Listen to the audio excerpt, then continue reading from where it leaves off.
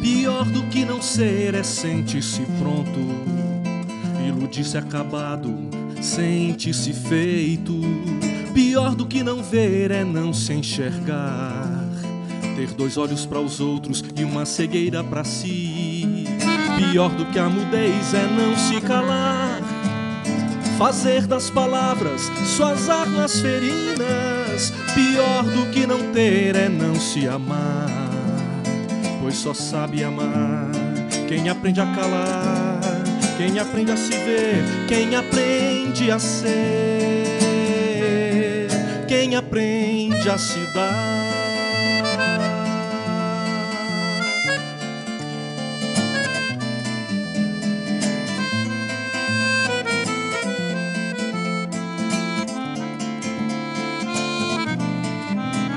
Pior do que não ser é sentir-se pronto, iludir-se acabado, sente-se feito. Pior do que não ver é não se enxergar, ter dois olhos para os outros e uma cegueira para si. Pior do que a mudez é não se calar, fazer das palavras suas armas ferinas. Pior do que não ter é não se amar, pois só sabe amar quem aprende a calar, quem aprende a se ver, quem aprende a ser, quem aprende a se dar.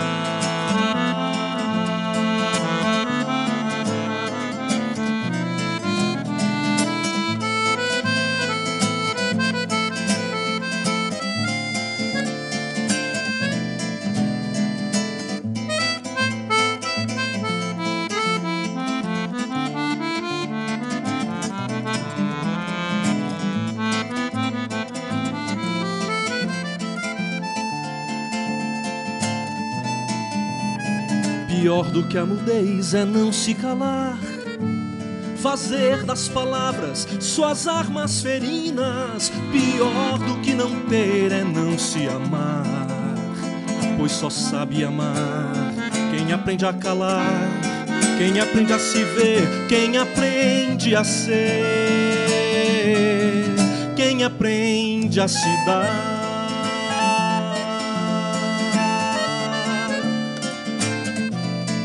Quem aprende a calar,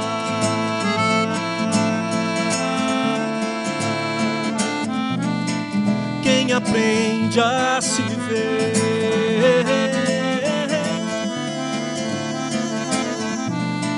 quem aprende a ser.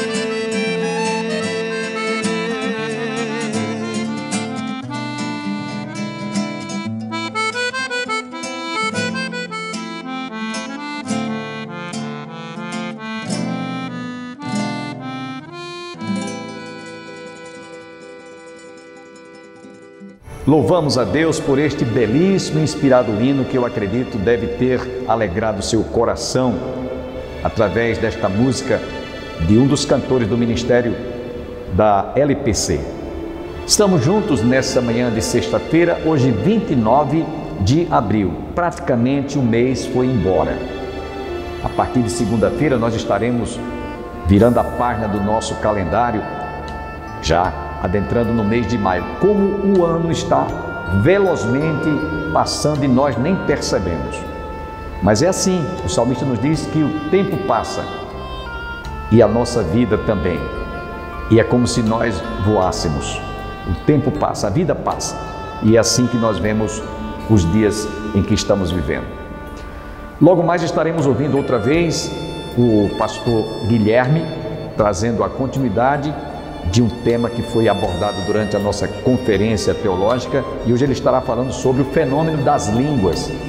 E para aqueles que não sabem, no dia de Pentecostes, o Espírito Santo foi derramado sobre aquela igreja que estava lá reunida em Jerusalém, porque Jesus, antes de partir, havia dito: ficar em Jerusalém, até que do alto sejais revestidos de poder. Foi aqui em Jerusalém, ali atrás deste muro chamado das Lamentações, estava o templo, antigo, construído por Salomão.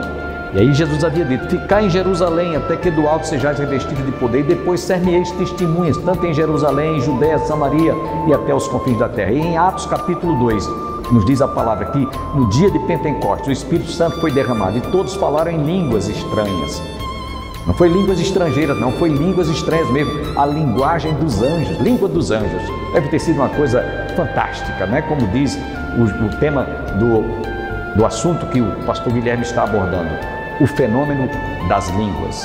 Então você vai ouvir logo mais o pastor Guilherme. Antes eu quero lembrar a todos que se você neste domingo não fique em casa, procure a igreja mais próxima da sua casa, vá prestar culto a Deus. Se você quiser fazer uma visita à Igreja do Calvário, a nossa igreja está situada às margens do Açude Velho, confluência com o Parque da Criança. Eu costumo sempre fazer essa referência no início do giradouro da Avenida Brasília. Os nossos cultos de escola dominical têm início às 9 horas da manhã, à noite às 18 horas, culto divino. Inclusive nesse domingo, último do mês, você está convidado a vir com a sua família. Às terças-feiras nós temos culto de oração para a família e às quintas-feiras nós temos estudo bíblico, transmissão online. Eu espero que você esteja conosco, participe dos nossos programas também diariamente. Opção para a Vida, TV Master, TV a cabo, canal 20 na capital e também pelo YouTube. Inscreva-se, nos acompanhe, nos assista. Deus certamente falará a sua vida e abençoará o seu coração. Fiquemos, portanto, nesse instante com esta belíssima palavra, essa importante palavra ministrada pelo pastor Guilherme, o fenômeno das línguas.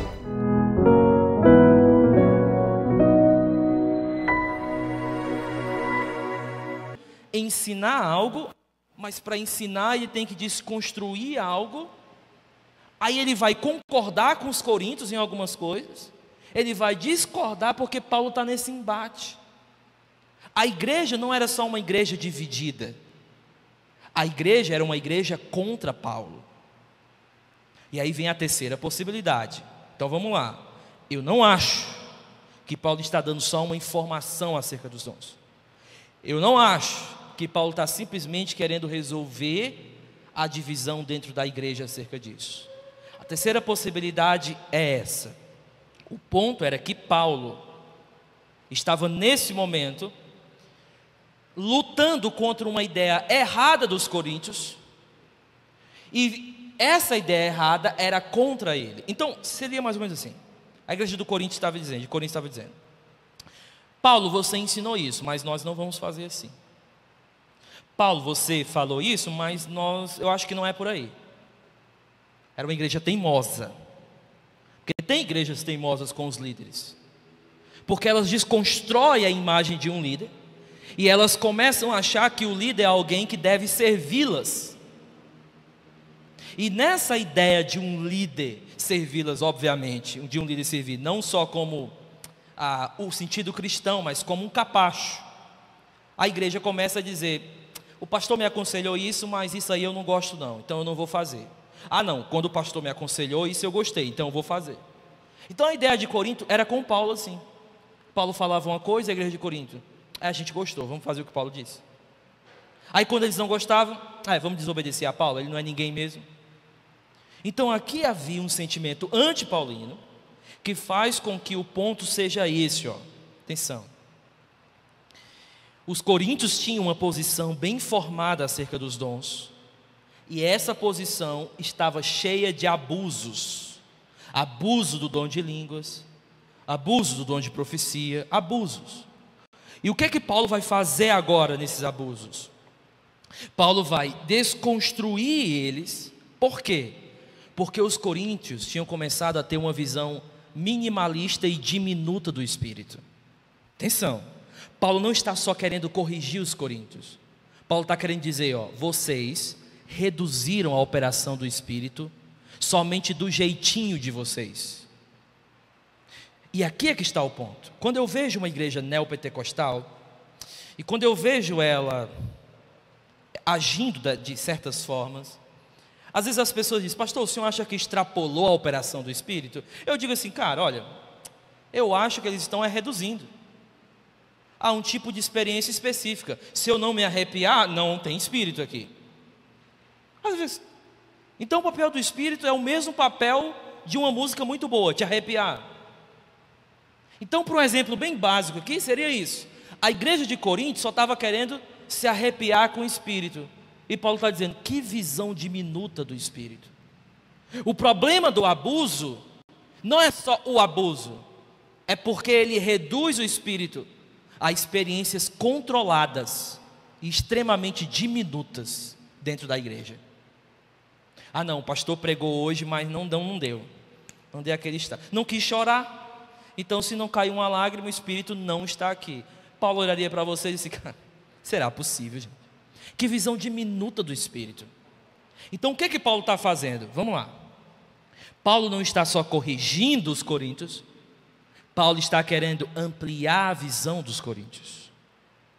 É por isso que ele fala de forma geral. É por isso que ele trabalha por listas. Por quê? Por que ele não especifica direitinho cada dom? Porque essa era a tendência dos coríntios. Eles estavam querendo especificar e dizer assim, língua só acontece dessa forma. Profecia, se não tiver um assim diz o Senhor no início, então não é profecia. Então eles estavam querendo colocar uma espécie de cadeadozinho no Espírito, e Paulo está dizendo assim, e Paulo começa, irmãos, aqui estão os dons, ó. Aí ele começa a falar. Aí você diz, Paulo, por que tu não explica cada um? Porque eles podem acontecer de muitas maneiras. Porque o dom de conhecimento, palavra de conhecimento, pode acontecer de várias maneiras. É por isso que a palavra charismata ou pneumatikos, a ideia do grego seria manifestações, em algumas traduções, não só espirituais, mas manifestações no plural. No início do capítulo 12, nós vamos ver hoje à noite, Paulo fala, porque as manifestações do Espírito se dá por, aí ele lista uma lista, que ele deixa vários dons de fora. E qual é o último dom da lista de Paulo em 1 Coríntios 12? É o dom de línguas. E por que Paulo colocou o dom de línguas no final? Porque o dom de línguas era o sinal para a igreja de Corinto que Deus estava ali. Se não tivesse o dom de línguas no meio da igreja, Deus não estava lá. Aí o que Paulo faz quando ele vai organizar a lista dele? Coloca o dom de línguas por último. Então o que Paulo está querendo dizer? Gente, abaixe um pouquinho aí, entenda que a operação do Espírito é múltipla, de forma que eu posso colocar línguas no final e não tem problema nenhum. Não é que língua seja inferior aos dons, mas os coríntios precisavam notar que o Espírito era muito mais amplo. Assim, expandir a visão acerca do Espírito, hoje é o desafio de muitos continuistas. Muitos continuistas.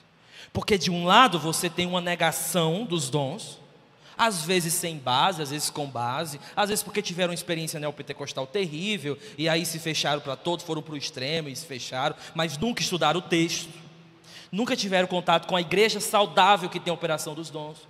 Então você tem esse lado. Do outro lado você tem pessoas que são continuistas, que trabalham com os dons, mas que começam a querer reduzir o Espírito de uma única forma. Dizer assim, pastor, tem que ser assim, ó, eu tenho que falar assim, eu tenho que levantar, eu tenho que chorar na hora de profetizar, eu tenho que fazer algumas coisas que podem acontecer, mas que não são essenciais ao dom. E o Espírito pode fazer de várias formas. E por que Paulo vai trabalhar? Como é que Paulo vai trabalhar? Paulo vai dizer assim, irmãos, hajam como adultos. Só que a palavra ali, o contraste que ele está fazendo, e a gente vai falar um pouco sobre isso, irmãos, olha, sejam inocentes quanto ao mal, mas não sejam imaturos quanto os dons.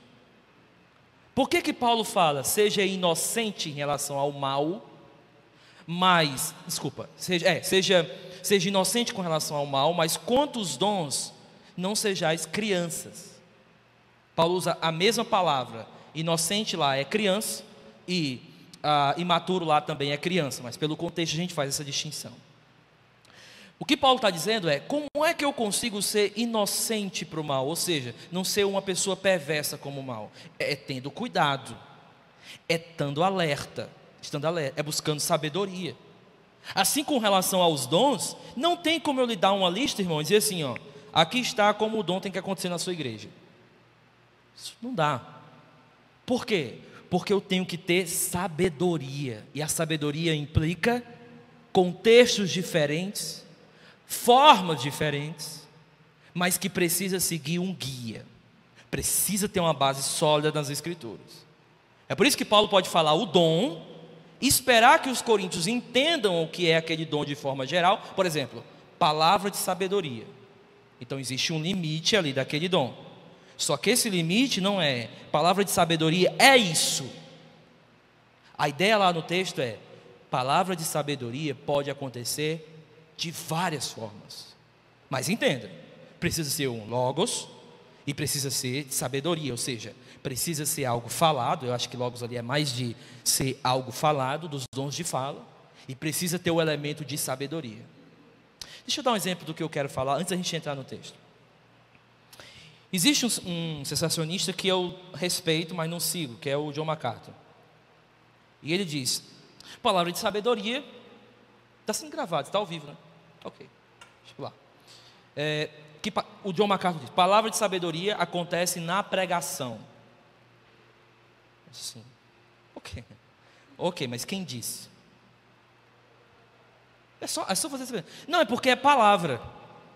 Aí pregação não é uma palavra? Você diz: uau, que argumento louco é esse? O que está acontecendo aqui nesse argumento? Você fica assim: cara, eu conversando com o irmão da minha igreja semana passada, ele falou algo, e na mesma hora palavra de sabedoria nesse irmão. Ele não estava pregando para mim, gente. Então, quando eu reduzo o espírito e trago ele a fechar ali, a gente estava até conversando ontem, é medo e uma visão míope das operações do espírito. Então, um dos pontos importantes aqui de Paulo é: Paulo trabalha no geral para poder ampliar a visão dos coríntios acerca do espírito. E aí ele só vai trabalhar o particular no 14, 12, 13 gerais. 14, ele vai trabalhar um pouco mais 2 dons. E não é dizendo como é o dom, é dizendo como ele é operado no meio da congregação. Mas ele não explora tudo acerca dos dons. E o que me espanta em alguns argumentos de irmãos que negam os dons é que eles conseguem tirar coisa do texto de 1 Coríntios 14 para poder negar o dom, que eu fico assim: cara, eu não consigo ver isso. Não, profecia é isso. E quando acontecer tem que ser assim, tem que ser uma revelação inspirada que gere o cano da escritura, que isso aqui. Aí você vai ler o texto e eu vou catalogar todas as palavras profetai no grego, no hebraico, e eu não vejo ninguém dizendo e fazendo essa relação. Inclusive, enquanto o cano do Antigo Testamento estava sendo escrito, Deus estava se revelando para o cano, mas também fora do cano.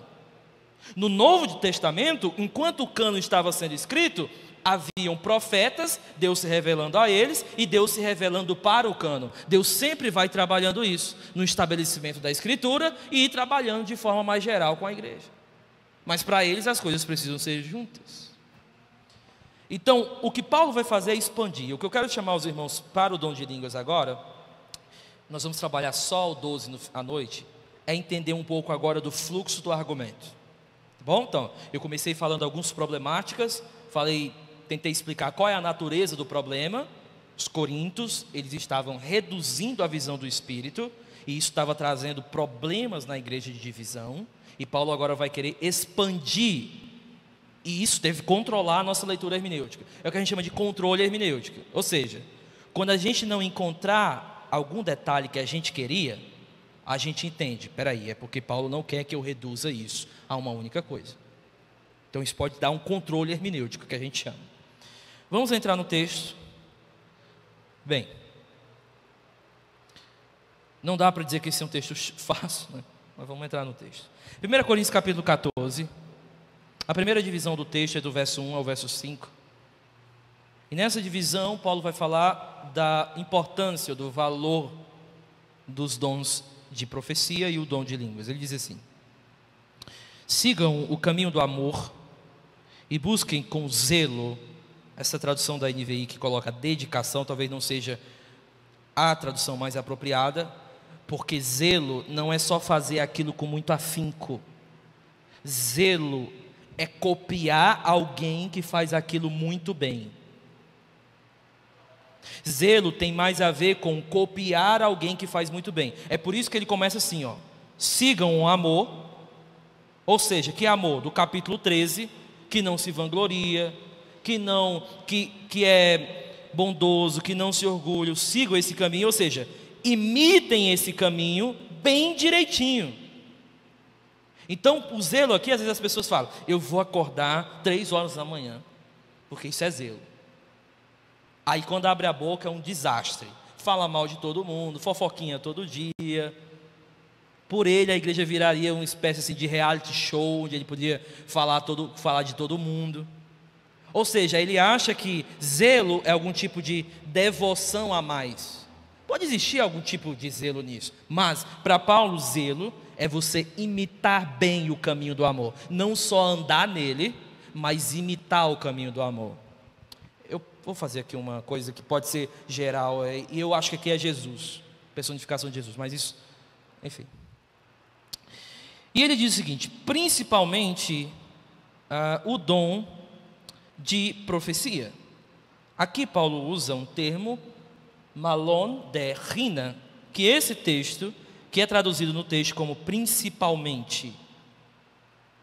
Então Paulo pode estar dizendo, talvez a tradução da NVI aqui ainda peque nisso, os dons espirituais, e dentre esses, eu quero que vocês foquem no dom de profecia. Seria essa uma tradução possível. Porque essa mesma construção, malon de rina, repete no verso 5, quando ele diz, gostaria que todos vocês falassem línguas, mas eu quero que vocês foquem na profecia. Quando ele diz, mas prefiro que profetizem, é malon de rina, mas eu prefiro. Ou seja, Paulo não está dizendo simplesmente, busquem todos os dons, e principalmente esse. Não, Paulo está dizendo, eu quero que vocês busquem todos os dons, e foquem em como o dom da profecia funciona.